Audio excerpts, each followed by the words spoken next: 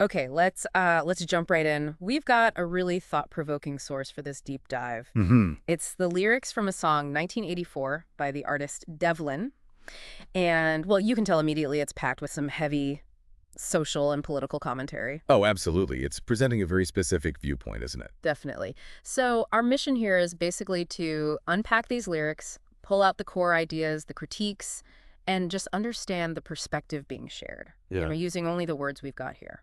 And it starts strong. I mean, right away you get hit with this line, deafening silence, slanting in screams. It sets a tone, like there's this hidden chaos. Yeah, unsettling. And then it gets very specific very quickly, talking about corruption, mentioning Epstein Island and these unspeakable things with minors. Right, potent imagery. Yeah. It seems like the artist is trying to immediately establish this idea of disturbing actions by powerful people hidden just below the surface. And linked to that almost immediately is this deep suspicion of, well, the media, mainstream information. Hmm.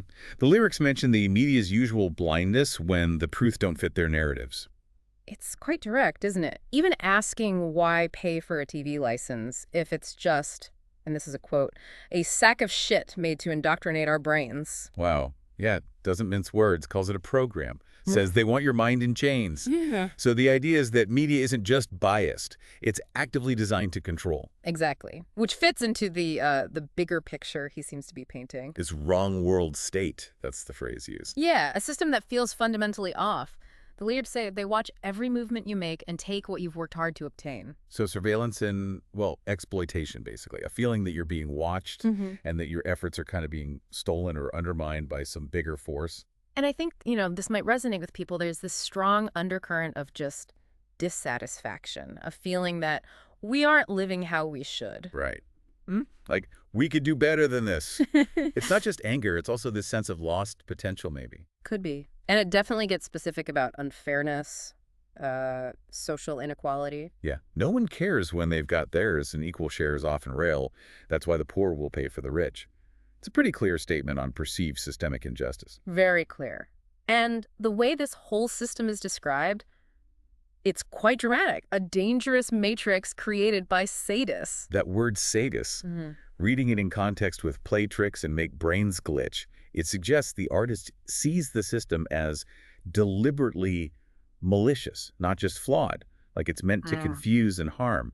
Sadists, perhaps. That seems to be the implication, yeah. Yeah. Designed to make your brain glitch. So, okay, if the world is this, dangerous, deceptive matrix, what's the way out? Is there one suggested? Well, there's a line that shifts the tone a bit. It says, I think God sent an awakening. Okay, so a potential shift in consciousness, a realization. Seems like it. And it requires effort from the listener, from you. The lyrics say, don't ignore what you see with your eyes. Right, face reality, even if it's tough. The truth hurts more than lies for those that bought the facade.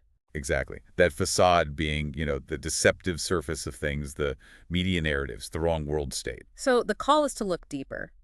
We don't want to have a high mind. We need to see through the mirage. Another word for that deception. And there's a warning attached to about history.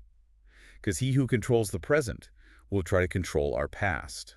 Ooh, that's interesting. Linking present control of information to potentially rewriting history itself? Yeah, it adds another layer to the perceived control. So putting it all together, this deep dive into the lyrics shows, well, a viewpoint that's deeply skeptical of authority, right? Media, government, power structure. Definitely. It paints a picture of a world seen as controlled, deceptive, almost predatory. But crucially, there's also this call for awareness, for an awakening. A call to see through the mirage, even if the truth is uncomfortable. Which brings us to a final thought, really, for you listening. Given this artist's perspective that narratives can be a facade meant to indoctrinate, it raises a big question. Yeah. In today's world, with so much information swirling around, how do you personally sort through it all? How do you figure out what feels real and true for you? How do you navigate those narratives? Something to think about.